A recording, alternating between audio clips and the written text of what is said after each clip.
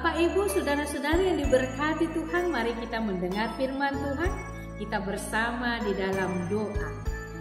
Kasih karunia dan damai sejahtera Allah kiranya menyertai kamu di dalam Kristus Yesus Tuhan kita. Amin.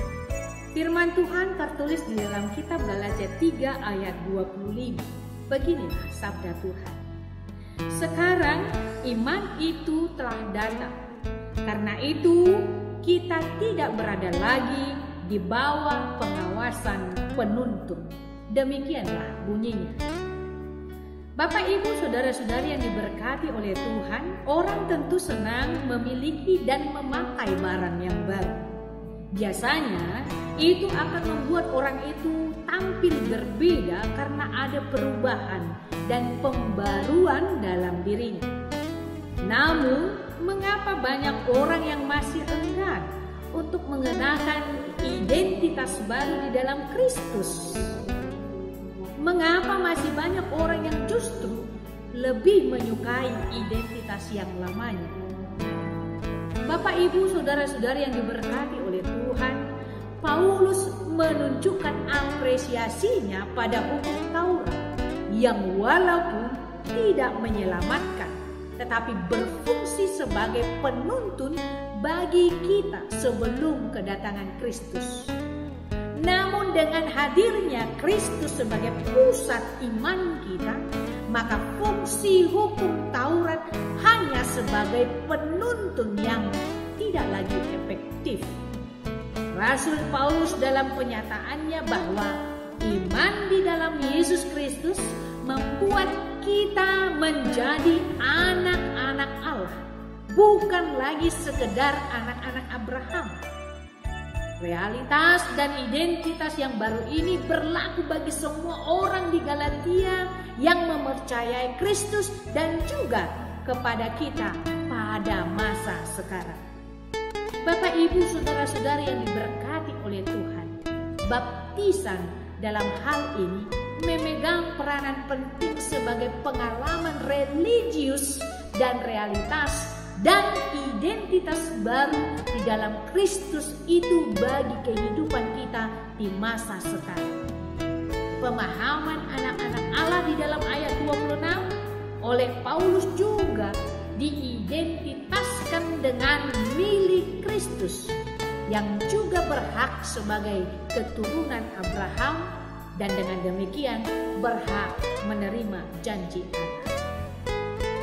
Paulus juga menegaskan tidak ada lagi pemisahan sosial antara orang Yahudi dengan orang Yunani, antara hamba dengan orang-orang merdeka, bahkan di antara laki-laki dan perempuan pun tidak ada yang memisahkannya.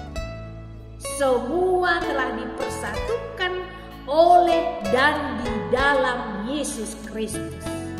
Identitas baru tersebut tidak lagi ditentukan oleh hukum Taurat, tetapi oleh iman kepada Yesus Kristus.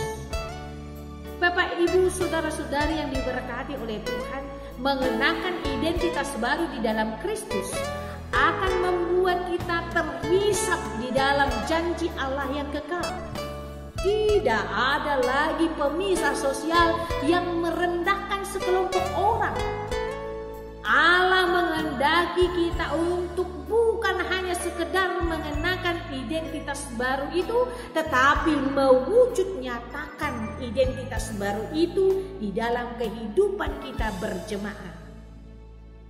Sekarang iman itu telah datang.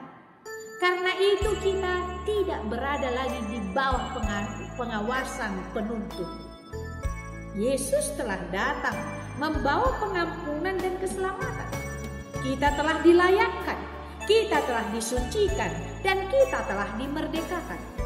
Kita tidaklah diselamatkan oleh hukum Taurat, karena tak mungkin hukum Taurat itu dapat memberikan keselamatan buat kita.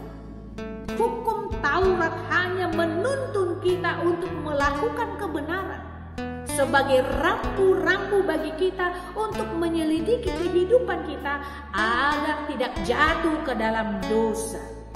Oleh karena itu Bapak Ibu saudara-saudari yang diberkati oleh Tuhan, marilah kita menghidupi firman Tuhan ini. Jauhkanlah kehidupan yang memisahkan dirimu dengan yang lain. Kenakanlah identitas barumu di dalam kehidupanmu. Kita adalah manusia yang sudah diselamatkan. Oleh karena itu, jadilah berkat bagi semua orang. Kita sudah satu di dalam Kristus. Selamat beraktivitas, selamat berkarya. Kiranya Tuhan Yesus memberkati kita semua. Amin. Kita bersatu di dalam doa. Kami bersyukur Tuhan, karena Tuhan telah menyatukan hidup kami sebagai anak-anak Tuhan yang berkenan di hadapan-Mu. Kami adalah anak-anak Tuhan yang mampu berkarya lewat segala aktivitas kami yang mulai kami kerjakan untuk satu hari ini. Kami hidup oleh karena kuasa Tuhan. Kami boleh hidup oleh karena anugerah-Mu. Kami boleh hidup oleh karena kemuliaan-Mu yang telah memuliakan kami masing-masing. Oleh karena itu Tuhan, izinkan kami Bapa untuk melakukan yang terbaik, menjadi berkat di tengah-tengah kehidupan kami. Izinkan kami Tuhan untuk melakukan pekerjaan kami seturut kehendak Tuhan. Apapun yang kami hadapi, apapun yang kami perjuangkan, kami telah dituntun oleh firman-Mu melakukan kebaikan dan kebenaran lewat kehidupan kami. Oleh karena itu Tuhan, kami menyerahkan hidup mati kami ke dalam tangan pengasihan-Mu. Di dalam Kristus Yesus kami berdoa. Anugerah dari Tuhan kita Yesus Kristus, kasih daripada Allah Bapa, dan persekutuan Roh Kudus menyertai kamu sekalian. Amin.